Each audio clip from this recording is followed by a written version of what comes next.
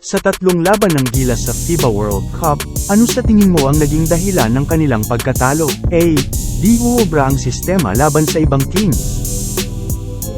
B. Mali ang pasok ng mga players sa bawat quarters. C. Hindi talaga match ang Gilas players laban sa ibang players. D. Kulang sa preparation ang Team Gilas. E. Kulang sa bilis sa pagbaba at pagdepensa ang Gilas players.